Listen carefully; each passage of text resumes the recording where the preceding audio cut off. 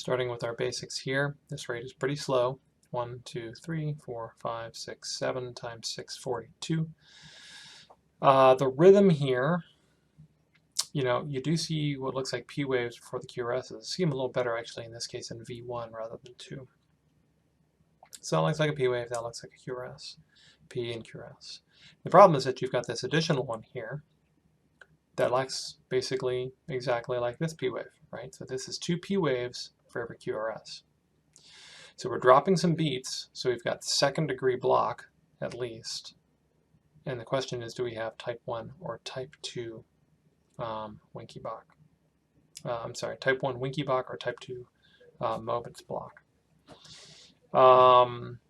Let's look at the other stuff and then circle back to that. Axis, up in 1, down in F, down in 2, so left axis deviation. The PR interval is prolonged, so you also have some delay in the AV conduction. The QRS is, I don't know, it's maybe a little bit wide. If you wanted to call this an interventricular conduction delay, you could. Although, if you've got a left axis and you've got a QRS that's slightly wide, this would actually be a left anterior fascicular block. So that's another alternative way of describing this potentially. We don't really have a whole lot in the way of ischemic changes, right? So the T wave is inverted here in 3, but so is the QRS. Maybe they're a little flat here, but nothing too terribly concerning. So what we have to circle back to is, this is second degree block, is it type 1 or type 2?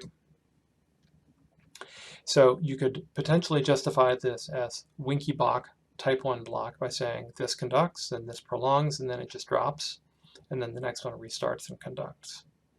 You could also say that you're having random drops of every other beat, which would then be type 2. The bottom line is that you really can't tell. So all you can really say with this alone is that it's second degree AV block with 2-to-1 conduction.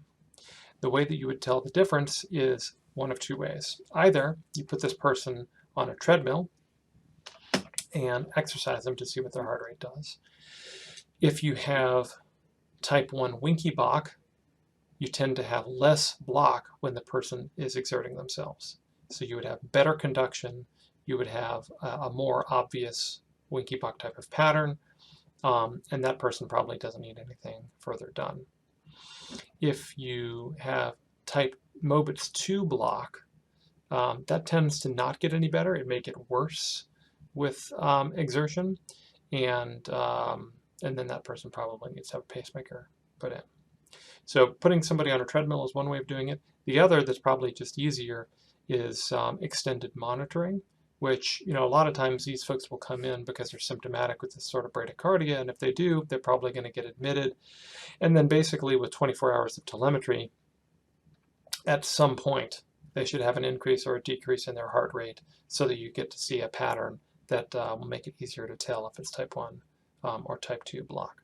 But yeah, if this is all you have, then technically you can't really tell if this is type 1 or type 2. All you can say is that it is second degree block with 2-to-1 conduction.